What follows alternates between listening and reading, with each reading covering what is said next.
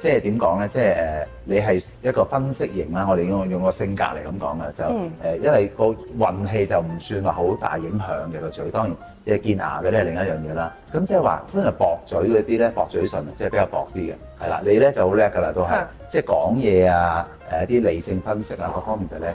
厚嘅咧就比較情感型多啲咯。哦，咁我算係薄定厚啊？你算係平均嘅，又唔算話好薄嘅，即係兩樣都有咯。係，即係中等啦。係啊，同埋你棱角分明嘅，講嘢有條理咧，棱角分明。哦，原來咁樣。即係好有邏輯，好有理性，分析啲事件咧係分析得好好嘅。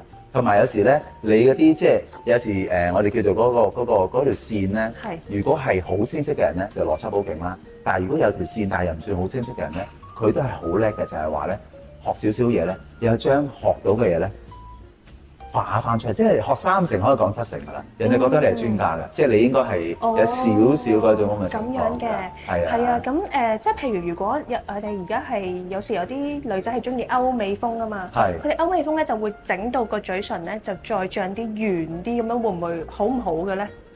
感性啲咯，係啦，即係你。